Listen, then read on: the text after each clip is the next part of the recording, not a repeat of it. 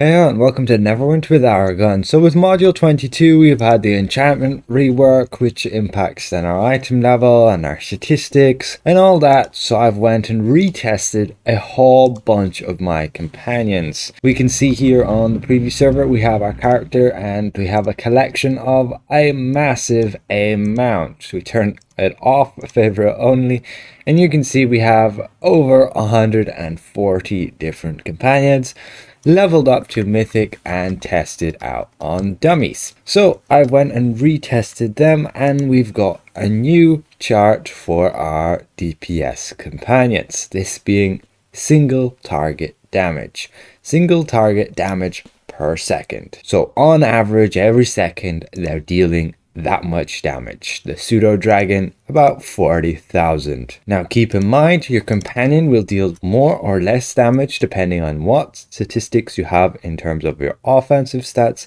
along with your base damage. Keep in mind I'm also using a mythic companion enhancement for 150% damage boost along with 2 warlord inspirations here for also that extra damage boost. It says 20%, but it's like less than 5% when you actually go and test it. And that's because this 150% isn't multiplied back by this 20%. And thus you're only gaining like a 20% increase from the base damage the companion can deal. And then you're multiplying it by another 150% total, which means you're not actually gaining a overall 20% damage increase. That aside, you can see my stats here and we made sure that's consistent across all of our companion damage tests. So we end up with a Excel sheet that looks like this, which we can scroll down and look through all of the companions.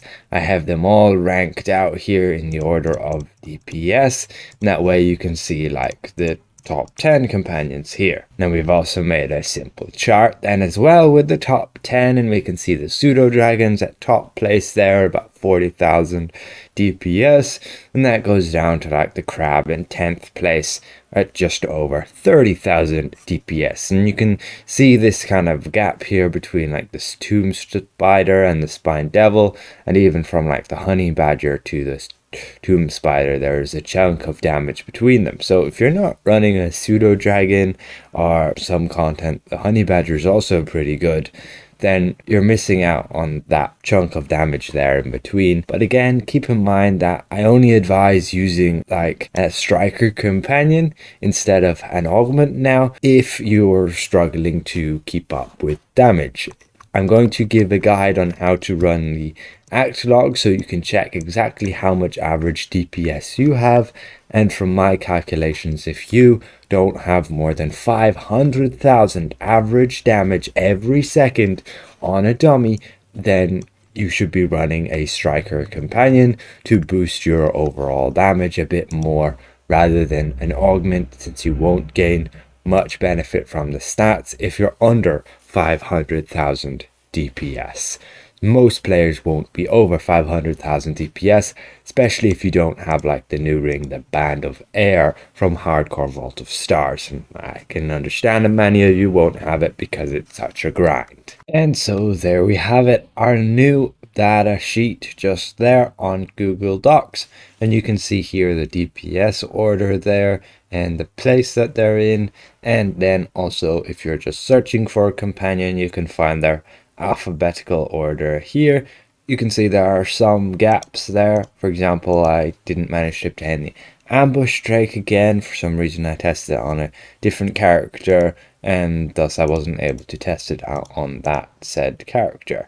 And we can see we missed 1 or 2 there, and unfortunately I'll get on top of those, find the character that actually has the companion, adjust their stats so that they're the same as these, and then we can get them tested. These stats, I mean. And overall, we have also in this document the AoE companions. Keep in mind this is module 21. I haven't went and retested them yet. The damage numbers will be a lot different. You can see these are the testing stats that I got with these.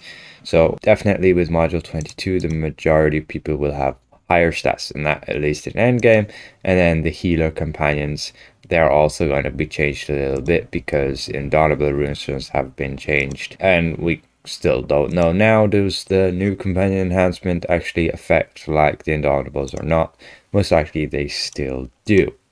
So overall, that's my sheet, and again the chart for like the top 10 damage dealing companions. You still want to be running like a pseudo dragon, at least in single target, to maximize your outgoing damage. Unless of course again you're over that 500,000 DPS mark, then you want to be running like an augment just to buff up your ratings to give you that extra bit of damage percentage for your own powers. So again, hopefully this was somewhat insightful and helpful to you guys. It's very fortunately doesn't seem to be a whole lot of changes there. A few companions in the middle have been slightly adjusted there, like shuffled around in terms of which is better than the others.